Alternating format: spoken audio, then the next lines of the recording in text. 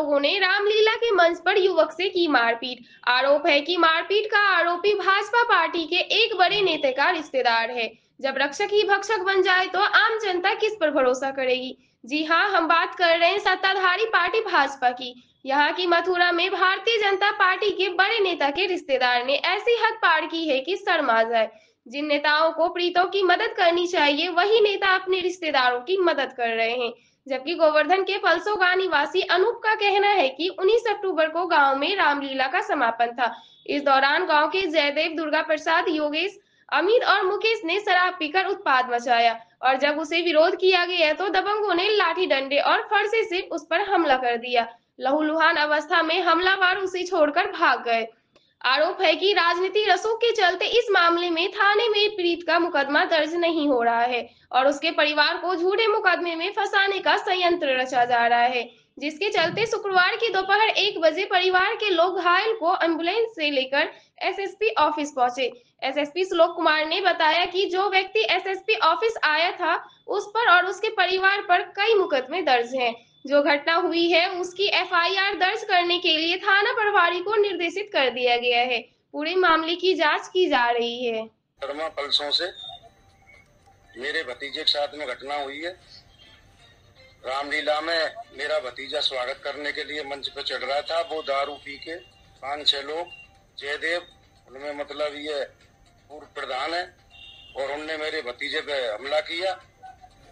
मेरी भाभी बचाने गई अपने बेटा की सुन के, तो उसके कपड़े फाड़े, उसके लात घुसा दिए, उसकी मार दी उसने, और उससे कहा मतलब ये तेरा नेता बनता है बेटा, इसको समझा देना, इसको जान से मार दूंगा। बीजेपी का आदमी हूं मैं, 3 पीढ़ी से बीजेपी के लिए वोट दे रहा हूं। बीजेपी का जिला अध्यक्ष निर्भय पांडे, उसका मामा का लड़का जयदेव पलसों का, और वो मेरी 5 दिन से एफआईआर दर्ज नहीं होने दे रहा। मैं 5 दिन से धक्का खाते डोल रहा हूं। 5 दिन मुझे रात दिन हो गई थाने में पड़े पड़े। पल्ली पार्टी बैठी हुई है थाने में, मेरी एफआईआर दर्ज नहीं होने दे रही है। और साहब बहुत दबाव है, मतलब ये इस कारण मैं भटकता डोल रहा हूं। और मेरे खिलाफ फर्जी मेडिकल करा के गोवर्धन गले पे हिस्सा लगाया है सिक्के का, कान की घटना दिखाई है।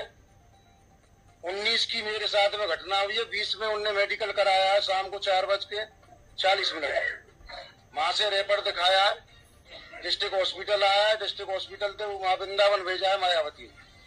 पूरे डॉक्टर उनका सहयोग कर रहे हैं, सत्ताधारी है साहब, और मेरी कोई सुन नहीं रहा है। और बहुत बड़ी पार्टी है, मुझे तो अपने भतीजे का बहुत खतरा है। लहूलुहान है, बचेगा या नहीं बचेगा। मेरी कहीं मदद नहीं हो रही है, मेरी मदद कराओ साहब। और हर साल मुझ पे 2 मुकदमा फर्जी लगवाए जाते हैं। 2015 से मैं पीड़ित चल रहा हूँ। हर साल 2 मुकदमा मुझ पे, मेरे बच्चों पे, सब पे लगवा दिए। ऐसा कोई नहीं है जो हम पे मुकदमा नहीं लगवा रहा। एसएसपी कार्यालय पहुंचे, क्या आश्वासन मिला? एसएसपी कार्यालय हम गए साहब, उनने फोन किया कोतवाल गोवर्धन के लिए, उनसे कही कि 19 तारीख से भटक रहे, इनका मुकदमा कायम क्यों नहीं किया। ऐसा मेला चल रहा था, तो मेले से घटना का क्या मतलब है।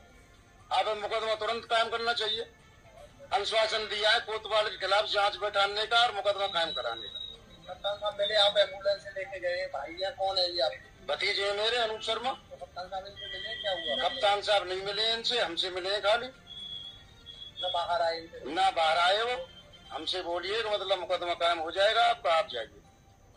ये बात हुई है साहब, हमारी मदद करिए, हम बहुत परेशान। एक व्यक्ति अभी आज यहाँ जनसुनवाई में आए थे, जिनके द्वारा ये बताया गया कि उनके